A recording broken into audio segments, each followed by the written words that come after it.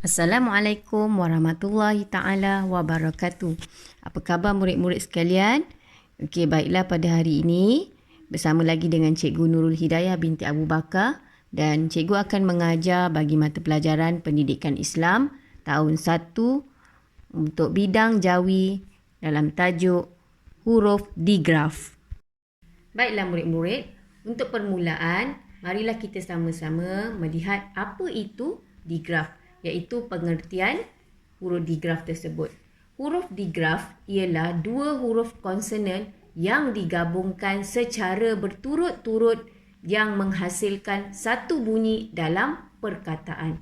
Okey, maksudnya dekat sini, huruf digraf ni ialah huruf yang apabila kita lihat huruf konsonan tu berturut-turut. Maksudnya ada dua huruf konsonan dan dia menghasilkan satu bunyi dalam perkataan. Okey, nanti bila kita tengok contoh, Ustazah rasa murid-murid akan lebih jelas.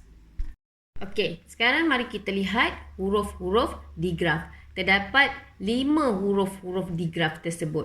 Okey, contoh tadi macam Ustazah dah cakap, huruf digraf ni ialah apabila dua huruf konsonan berturut dan dia menghasilkan satu huruf dalam perkataan. Satu huruf dalam perkataan tu bermaksudnya dua huruf konsonan dalam tulisan Rumi tetapi dia menghasilkan satu huruf Jawi dalam perkataan. Okey, huruf konsonan pun kita dah belajar pada pelajaran yang lepas dan murid-murid pun dah hafal. Jadi Ustazah rasa murid-murid akan nampak lebih jelas. Okey, kita tengok contoh ataupun huruf digraf yang pertama, iaitu huruf konsonannya ialah huruf NY yang telah digabungkan untuk menjadi huruf digraf, dan huruf Jawinya ialah huruf Nya. Kemudian tengok huruf yang kedua, huruf digraf yang kedua, iaitu huruf gabungan konsonan huruf S dan juga huruf Y, dan huruf Jawinya ialah huruf Shin. Kemudian kita tengok pula yang ketiga, gabungan huruf konsonan untuk huruf digraf yang ketiga ialah huruf N dan G, dan dia menghasilkan huruf Nga dalam Jawi. Seterusnya yang keempat ialah gabungan huruf konsonan untuk huruf digraf K dan juga H, dan dia menghasilkan dalam huruf Jawi ialah huruf H. Kemudian huruf yang kelima ialah huruf digraf gabungan konsonan G dan juga huruf H, dan huruf Jawinya ialah huruf Ghin. Baiklah murid-murid, sekarang kita tengok contoh perkataan yang mengandungi huruf digraf. Kalau tengok pada kotak yang sebelah atas terlebih dahulu. Jadi bila kita nak menjawikan sesuatu perkataan yang telah ditulis dalam tulisan Rumi, bila kita nak jawikan perkataan tersebut, kita mesti kena kenal pasti terlebih dahulu huruf digraf yang terdapat dalam perkataan tersebut. Okey, tengok pada contoh yang Ustazah bagi, tengok pada kotak yang atas yang utama. Okey, kalau tengok contoh tu, Ustazah bagi hurufnya ialah NYA LA, nyala. Okay, jadi kalau tengok kat situ, huruf digrafnya ialah huruf N dengan Y. So bila kita tengok tadi huruf digraf, kalau N dengan Y, huruf Jawinya ialah huruf Nya sahaja. So tulis huruf Nya. Kemudian huruf selepas tu kita tulis A, huruf alif, L, huruf lam. Kemudian A lagi sekali kepada huruf alif. Jadi dia akan jadi Nya alif, lam alif, nyala. Kemudian barulah kita tulis ataupun sambungkan mana-mana huruf Jawi yang kita bila kita nak tulis tu, mana huruf Jawi yang boleh sambungkan. Tapi murid-murid jangan tengok dulu kepada perkataan yang contoh yang Ustazah nak bagi dulu. Kaedah penulisan tu nanti kita akan lebih fokus ataupun belajar pada pembelajaran yang akan datang. Okey, cuba tengok kotak yang kedua pula. Sekiranya murid-murid tidak tahu huruf digraf ataupun tidak kenal huruf digraf tu, mungkin murid-murid akan melakukan kesalahan apabila menukarkan tulisan tersebut ke dalam tulisan Jawi. Contohnya murid-murid akan tukar seperti ini.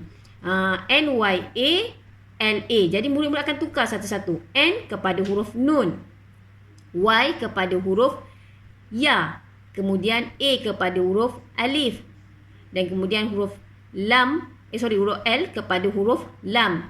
Seterusnya huruf A kepada huruf alif. Jadi bila kita tukarkan kepada tulisan Jawi, dia akan jadi niala. Jadi yang mana betul? Yang atas ataupun yang bawah?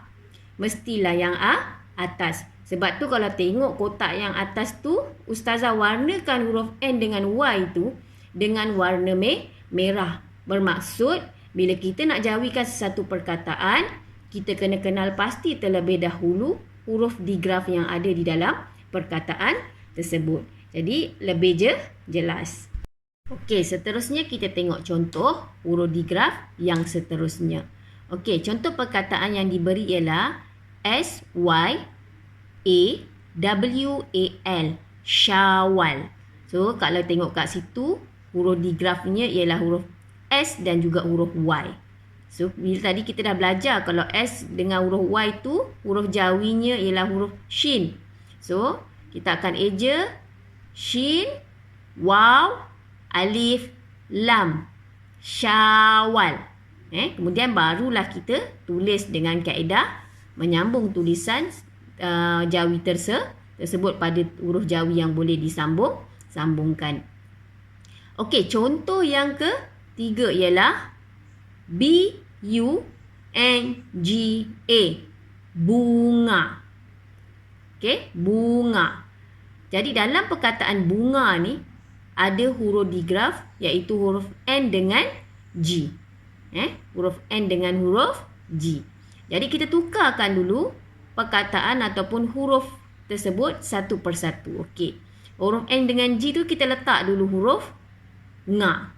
Kemudian kita letak huruf B kat depan tu dengan huruf ba. Huruf U kita tukarkan kepada huruf waw. Kemudian N dengan G tadi kepada huruf nga yang kita dah tukarkan. Dan kemudian huruf A kepada huruf alif. Jadi kita akan eja ba waw, nga alif nga, bunga. Okey, contoh seterusnya ialah KHAMIS, Miss. Khamis. Khamis. KHAMIS, Miss. Khamis, iaitu hari Khamis. Okey, kalau kita tengok hari Khamis tu, huruf digraf iaitu huruf gabungan huruf konsonan yang terdapat dalam huruf tersebut ialah huruf K dan juga huruf H. Jadi kita kalau dah tengok tadi, kalau huruf K dengan huruf H, huruf digrafnya ialah huruf H. Kita akan tukarkan kepada huruf H. So kita tukar tulis huruf H terlebih dahulu sebab ustazah kata kena kenal pasti huruf digraf terlebih dahulu. Kita tukarkan dulu.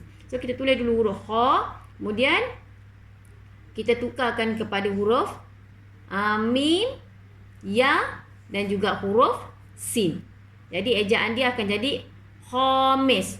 Ha, mim, ya, sin, mis. Khamis. Okey, contoh yang kedua pula ialah GHAZAL.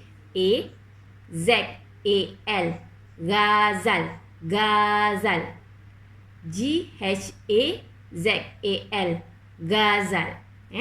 Jadi bila kita tukarkan, kalau kita tengok kat perkataan ghazal ni, huruf digrafnya ialah huruf gabungan konsonan huruf G dan juga huruf H.